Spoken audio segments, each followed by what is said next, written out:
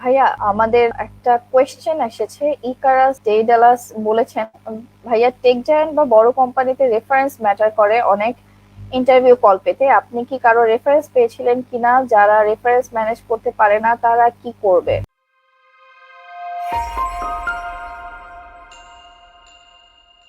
আচ্ছা, রেফারেন্স এখানে ম্যানেজ একটা করতে পারে না। মিসকনসেপ্ট আছে যে রেফার ছাড়া ইন্টারভিউ কল পাওয়া যায় না। আসলে জিনিসটা এমন না। রেফার ছাড়াও ইন্টারভিউ কল পাওয়া যায়।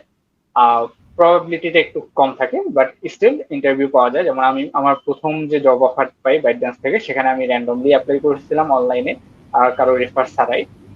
বাট হ্যাঁ, পরবর্তীতে আমি গুগলে যখন অ্যাপ্লাই করি, তখন আমার পরিচিত যে গুগল আসছিল তাদের কাছ থেকে রেফার নিয়ে অ্যাপ্লাই করি, যেহেতু তারা অলরেডি আমার ব্যাকগ্রাউন্ড সম্পর্কে জানতো যে আমি অলরেডি একটা কোম্পানি থেকে অফার পেয়েছি।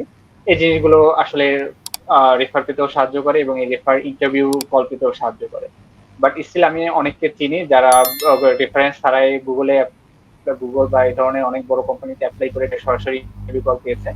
তো আমি বলবো না যে রেফার ছাড়া একদমই সম্ভব নয়। রেফার ছাড়াও ইন্টারভিউ কল পাওয়া সম্ভব, বাট রেফার পেলে প্রবাবিলিটিটা বেশি থাকে। কিন্তু রেফার পেলে এমনও না যে তোমার যদি resume up to the mark না হয়, তাহলে রেফার পেলেও ইন্টারভিউ কল পায় না। এমন এমন এমনও আসলে স্কিল খুব বেশি জরুরি, কমন, এই সিনারিটাও অনেক কমন। হ্যাঁ, স্কিল জরুরি, শুধু রেফার হলেই হয় না, স্কিল এবং অভিজ্ঞতা সবকিছুই থাকা লাগে।